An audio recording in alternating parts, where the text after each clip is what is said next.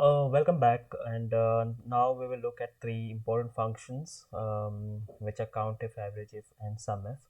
COUNTIF and AVERAGEIF is a part of statistical functions, and SUMIF is a part of maths and trigonometry functions. I'm picking this up after if because it is somewhere related to if, so we will have a better understanding as we are doing it, after if. So this is the only reason I have picked it. Apart from the statistical and mathematics, we will have a separate session for it. So let's see what is COUNTIF. Count is normal count, but if gives it a condition. So if I say how many fruits is there in a bucket, so you count it, you will say this many fruits are there. But if I say how many particular fruit is there, then you have a condition there because you have to look for that particular fruit. Same way, when you have a line of data in a particular column, and you have, when I give you condition count, but count only this, then you use COUNTIF.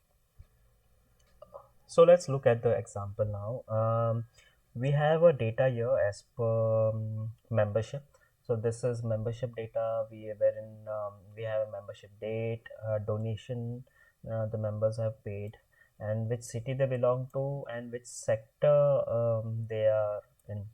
So what we do is, now we are looking for people from particular sector. Okay, so how many of them are there? So we just want to know how many from this total data of 1475, how many are from liberal, how many are from services, and so. Okay, so what we will do, we'll go, we'll look for count if, we'll put count if. Count if has two criteria here. So first, the range. So we will just select the range. So where are we looking for to that condition? So our condition here is liberal professions. Where are we looking for it? We are looking in this column, E column. So clicking over here, we will select the whole column. So there will be no numbers. If you see here, there will be no numbers. It's just E semicolon E. So that means the whole column from number 1 to the last one been selected. We'll put comma and we'll select the criteria. That means we have selected the whole bucket of fruits, and we are saying this I'm looking in it. So this is what I'm looking in it. I'll close the bracket and I'll put enter. So it says liberal professions are 231. As I will drag it, the bucket remains the same. I mean the range remains the same. The criteria just changes. So we have 231 liberal profession, 230 services. We'll just look if our numbers get tallied. We had 1475. So let's see, 74, right? 74. So that's what that's the number we had. Same way, but so this is COUNTIF. Now we want average, and average is average of what? We want average of donations these from this sector has come, and sum. Okay, so first we will look at the sum, that how much donation from this sector has come as a donation. So let's put sum if as, I mean sum if. We will look after as later. There is one more, sum if as. We'll look later that. Sum if. So this has a three criteria.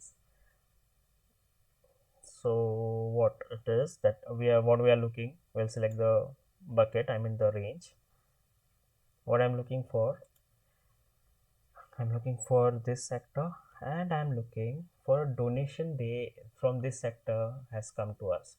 So donation, if I have to donation, where I can look at, yeah, I can find it in G column. I'll select the whole G. I'll close the bracket.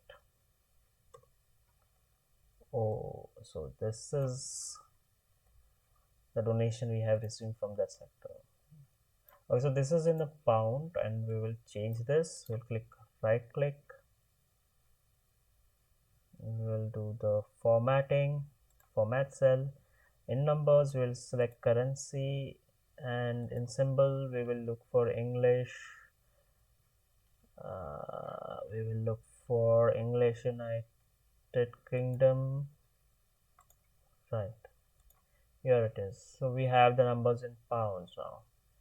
Second, we want to understand the average. So donation we had from a one single person. I will do that. So we will again same formula. It starts with average. Average if average is the normal average. Average if it's with condition. We select the range.